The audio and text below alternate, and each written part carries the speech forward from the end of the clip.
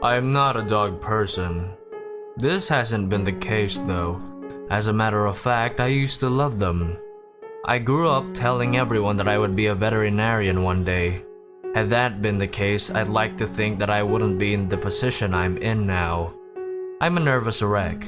As long as I can remember, I've suffered from constant paranoia. If you asked my parents, they'd tell you an entirely different story. According to them, I was calm, cool, and collected as a child. They say it wasn't until I was around 12 when the way I carried myself drastically changed. I don't remember much from back then.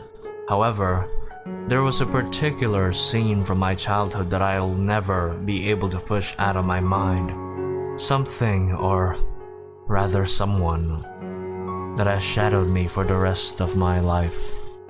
Remember how I said I wasn't a dog person? Well, there's a reason for that. As I said, I told my parents that I wanted to be a veterinarian. They supported me. They wanted me to be successful. I take for granted how much they cared for me. They bought me books on animal anatomy. They took me to zoos. They bought me various VHS documentaries on animals. They tried their best to raise me into the adult that I wanted to be, the adult that my parents could be proud of. My birthday was in November. I was turning 12. My previous attempts of asking my parents for a pet had always ended in an uneventful manner. They would always say I wasn't old enough, that I wasn't prepared for the responsibility of looking after a living, breathing animal. I was said to prove them wrong. This year I was fucking 12. I'd been reading up on all of those animal books, and this year I knew I was ready. Once again, I told my parents that I wanted an animal this year. Their reaction was different this time. My father gave me a single maybe, and with that I knew what I'd be getting for my birthday this year. It was no surprise when I woke up the day of my birthday to a small puppy licking my face. I was thrilled. There, my parents were standing at my bedroom door, smiling warmly. They wished me a happy birthday and gave me a speech about how I needed to treat the dog the way I would any other living being. They provided me with dog food, bowls, and a leash. In that moment, I was the happiest I'd ever been in my life. That dog was my best friend. The time I spent with the dog was great. I was an only child, homeschooled. I was never really able to have interaction with people my age. Not that I'd have a problem with doing so. My dog, who I'd named Theo, had steadily grown a bond with me over the course of a month. We bonded the way any other kid would with his dog. We went on walks, we played together, we bathed him, fed him, and overall trying to raise him the best I could. As my parents had done for me, needless to say, my parents were impressed. Their opinion of me soon changed. It was January 1st, the beginning of a new year, and a new beginning for me. I woke up at around 10 a.m., a late start for me. I never actually made it to midnight on New Year's before. I felt like absolute shit. I was greeted in the kitchen by my mother, who had provided a delicious breakfast. My mother's cooking was stuff of legend. As I sat at the dining room table to eat breakfast, Theo greeted me from under the table and sat down at my feet. I slipped him a piece of bacon. He was delighted. My breakfast was cut short. One of my chores was to get the mail every day. As soon as I heard the familiar sound of the mail truck, I shot up out of my chair. One of my animal documentaries taught me about Ivan Pavlov and his dogs. Funny how I didn't know I was being conditioned to react a certain way to the sound of that truck. I was still tired from last night. I fumbled toward the front door. I wasn't paying much attention. As soon as I opened the door, Theo took off fast as he could. I couldn't process what just happened. He had never done that before. I collected my thoughts and decided to go after him. I grabbed my jacket from the coat rack and ran outside. As soon as I stepped foot on my porch, I froze. Theo had gotten far. He hadn't even left the front yard.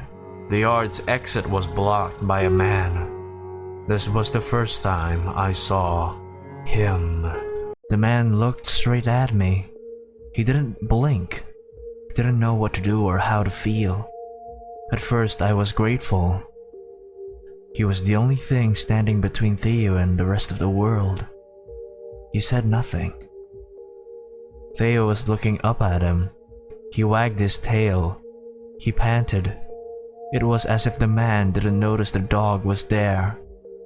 He just kept staring. I wanted to say something. I wanted to thank him. The way he was looking at me as if he was expecting me to say something. I couldn't bring myself to. Without averting his gaze, he kneeled down and picked up Theo by the scruff of his neck. Theo whined. I wanted to tell him to put down my dog, but again, I couldn't. I simply couldn't think of appropriate words. My mind was all in a jumble. I couldn't move. I couldn't think straight. All I could do was watch. The man reached into his pocket and pulled out a knife and cut the dog's throat in one quick motion. Blood spilled onto the snow-covered ground. He held the dog in the air for a few seconds, letting Theo's blood form a puddle underneath him. The man then simply let go. Theo fell with a light crunch onto the reddened snow. Again, the man's gaze did not leave mine.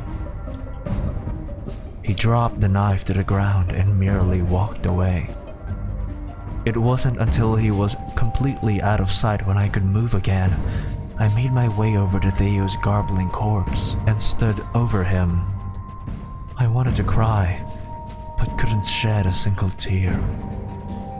My mother emerged from the house, surely wondering why getting the mail was taking so long. I don't blame her for screaming.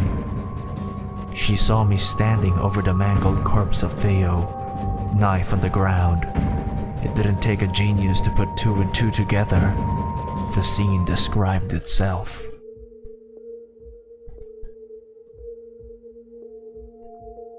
In the following months, my parents had forced me into seeing a psychiatrist. When asked why I killed Theo, I tried to tell him that it wasn't me.